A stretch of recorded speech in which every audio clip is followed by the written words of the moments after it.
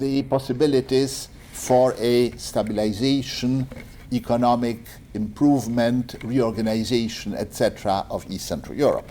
And here, obviously, since we are speaking about Poland, assistance to Poland, economic, culture, etc., in various forms, undertaken on various levels, is obviously absolutely essential. But saying that, and saying that in the context of this conference, I feel that I am proselytizing the convinced, the converts, and I don't need to go along these lines anymore. So let me, by way of a conclusion, recall a remark attributed to Winston Churchill, who once said that a speaker should try to exhaust the subject on which he's speaking, but not his listeners. I don't think that I was capable in this presentation, which was very incomplete, to exhaust the subject. I hope I have not completely exhausted the audience. Thank you very much.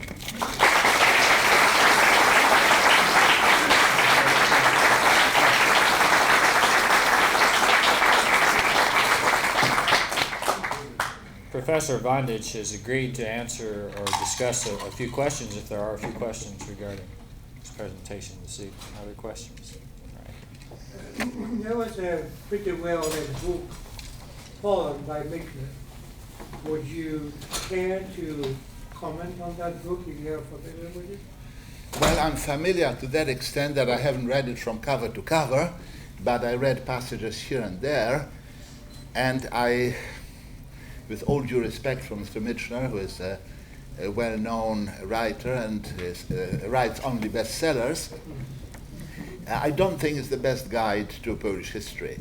It's rather difficult to be a specialist at the same time on Hawaii, the Chesapeake Bay, South Africa, Poland, the Middle East, etc. So that from that point of view, it's an interesting book, but I don't think that one really would learn a great deal about Poland from it. If you are thinking of a history of Poland that would be well-written, readable, general, I can think of Adam Zamoyski's book, The Polish Way, which would make a rather nice Christmas present. It's so lavishly illustrated and well done, well written.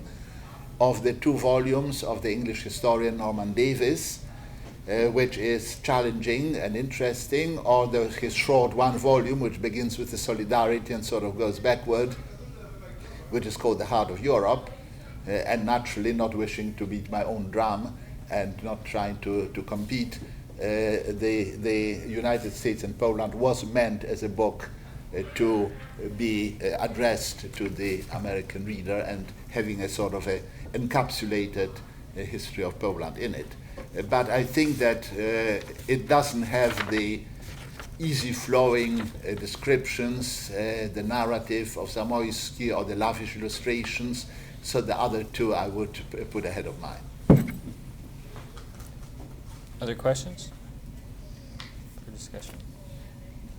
I wonder if you could comment further about, you mentioned the two patterns, the Piast pattern and the Agamemnon pattern, and you also mentioned that the Pilsudski plan was essentially trying to account for all the minorities and create a federation. But what I wanted to ask you, does it make the management of Poland much simpler that today we are in fact following the Piast pattern, that Poland is extremely homogeneous ethnically, and that basically all minorities are outside of Polish borders? Does this make a difference in, Well, it all depends how you approach it. Undoubtedly, I should think that a country of one nationality without minorities is easier to govern. There are fewer problems. It's obviously not quite true that Poland doesn't have any minorities at all. This was the official line taken by the communist government after 1945, so one didn't see the existence of the 200 or so thousand Ukrainians, Belarusians, Germans, Lithuanians, but still, all told, they represent at most, let's say, 3%, 4%, which is perhaps less.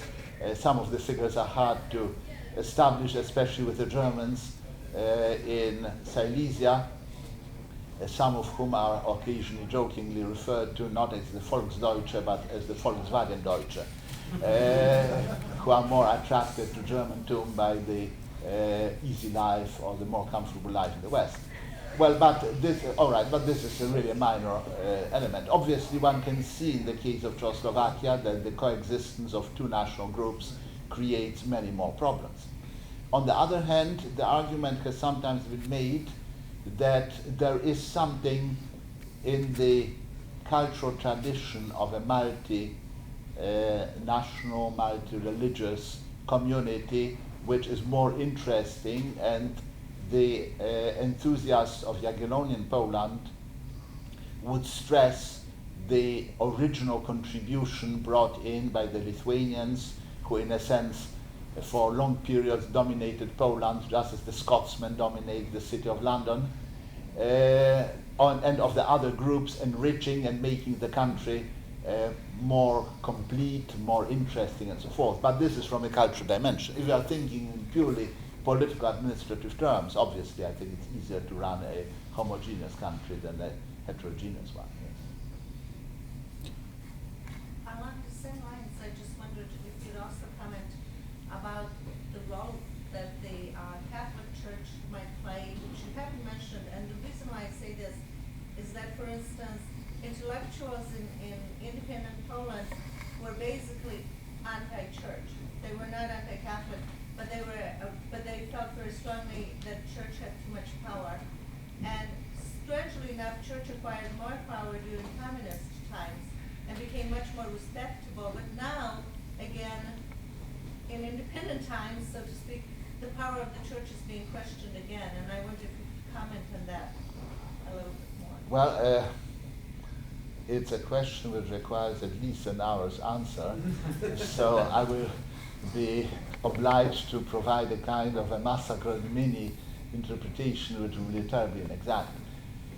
Well, obviously, number one, the church and Christianity in Poland played throughout its history a very major role. It played a special role during the partitions, where the culture, and in that sense I would include Christianity, Catholicism in the realm of culture, look at it from the point of view of its cultural impact, its attitude-forming impact, its Weltanschauung, and so forth.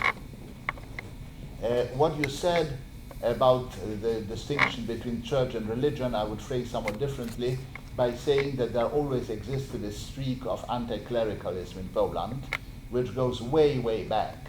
Even in the 16th century, etc., there were strong anti-clerical sentiments among the nobility, among the gentry, and it has been said that the Poles followed faithfully their church leaders as long as they could put in their mouth, as long as they would only accept what they liked to accept that was said.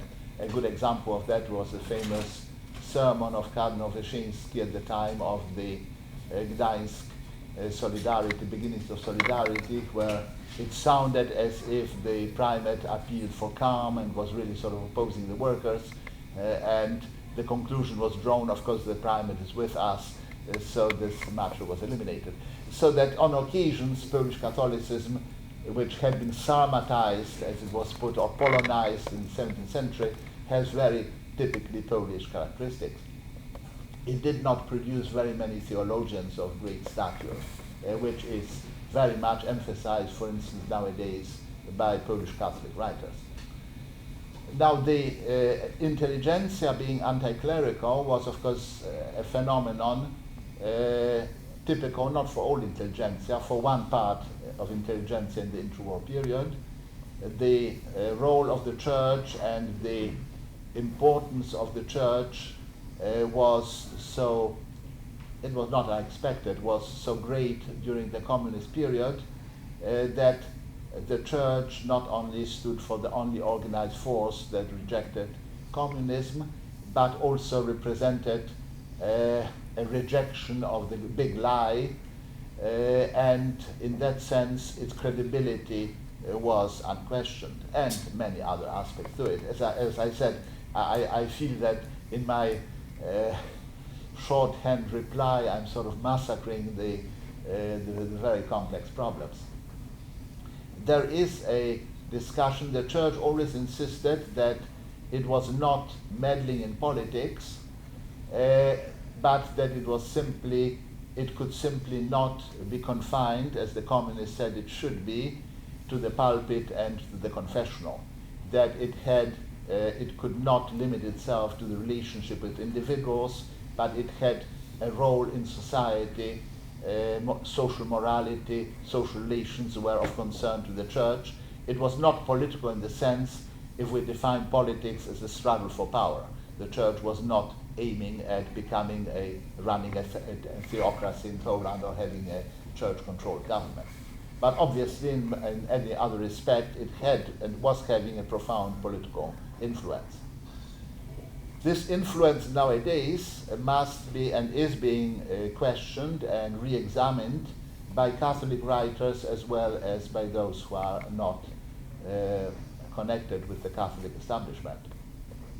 It is felt, and this was mentioned by such important Catholic figures as Turowicz on the one hand, or Mazowiecki fairly recently in an article in Tygodnik Powszechny, invoking the French Catholic thinker Maritain, who said that the state should be a lay state, but that it should be oriented towards Christianity. Again, this would require a lengthy explanation. What they mean very briefly is that